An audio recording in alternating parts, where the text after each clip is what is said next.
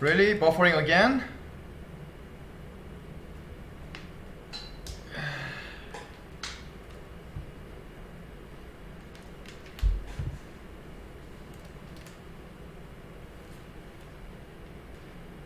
Yeah, anyway, I will just try doing the lecture and see what happens, okay? Seems like there are about 70 students, so yeah, I will just think of it as everybody's here, even though we are missing a few friends. But at least they can listen to the video later, right?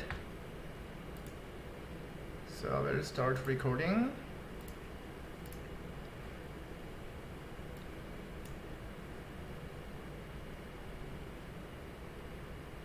Really, this is similar to Zoom? Yeah, but let me try the lecture for a few minutes at least.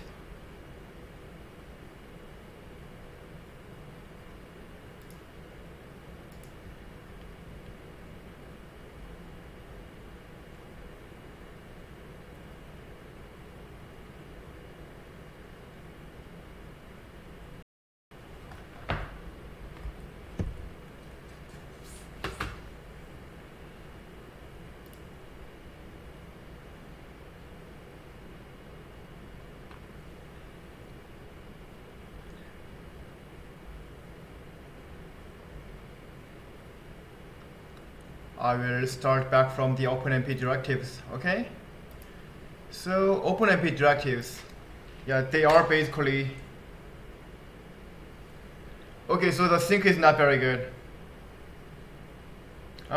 Yeah, please tell me later how bad it is, okay? Yeah, and I kind of need your feedback, so if this is really bad, I will just stop for today and upload video sometime later today. Okay, so we wasted a long time, but we will start. The Pragma OMP parallel.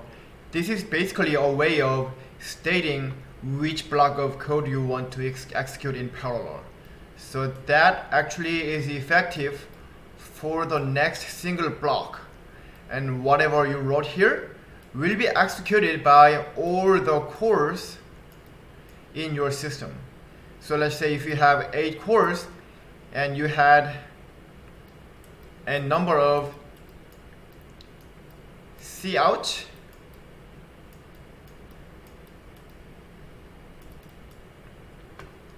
then you will get about 8 ABCs all executed by the 8 cores in parallel. Yeah, you can watch that with however much delay you want, because I will not do a real-time attendance check on this one, because there's no way I can do that.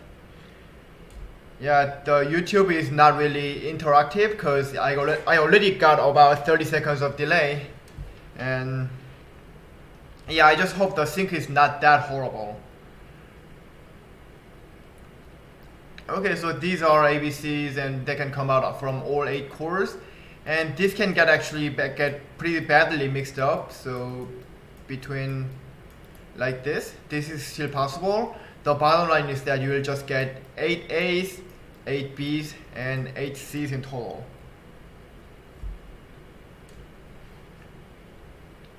And that's what you need to use for Pragma OMP parallel.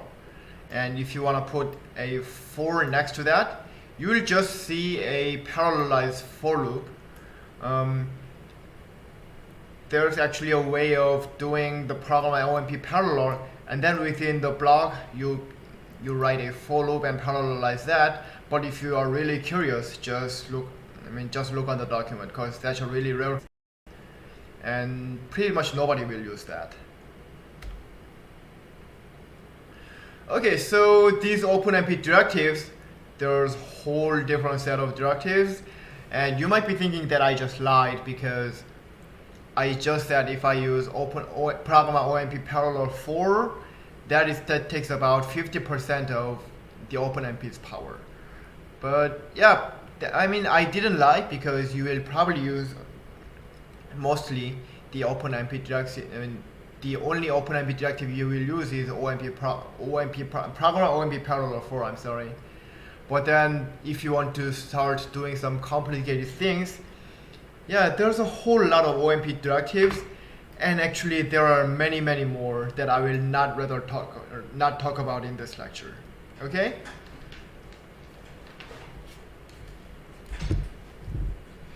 Alright, so first thing we want to look at is the critical section, because there will be a code segment that you will probably want execution one by one.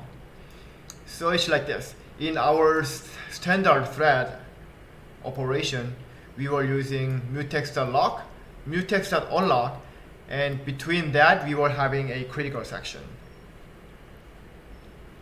And with OpenMP, just by parallelizing a loop, cannot achieve something like that.